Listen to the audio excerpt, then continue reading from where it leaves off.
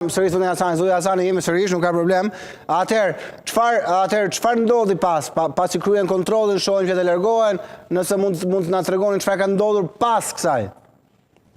Nuk mjafton të ajo, është gjithë klubi, gjithë ekipi jonë është shtuar në stacionin policor të Bosiligradit për të marrur edhe deklaratat e futbollistëve një nga një.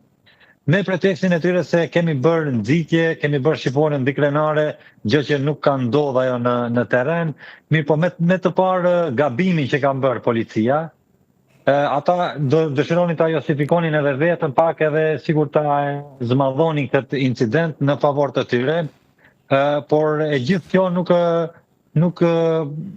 është shfaq në asnjë deklaratë të delegatit edhe të mbarvajtësit të ndeshjes atje, me të cilën ne edhe jemi ankuar në të gjitha instancat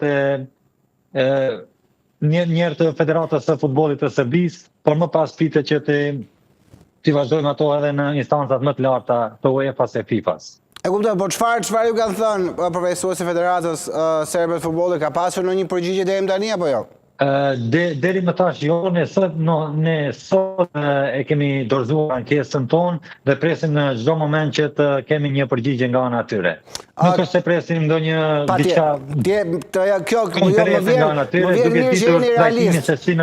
Më vjen mirë që jeni realist, thonë nuk presim në gjë të madhe, por rëndësi ka që të ngrem zërin. Kjo është ajo çfarë duhet të bëjmë. Patjetër. Duke ditur se ne çdo javë edhe me fëmijë edhe me fëmijët me moshat tona, me 13 vjeçarët, me 15 vjeçarët, çdo javë jemi diku në Serbi, ose jemi musafir, ose i presim një ekip serb.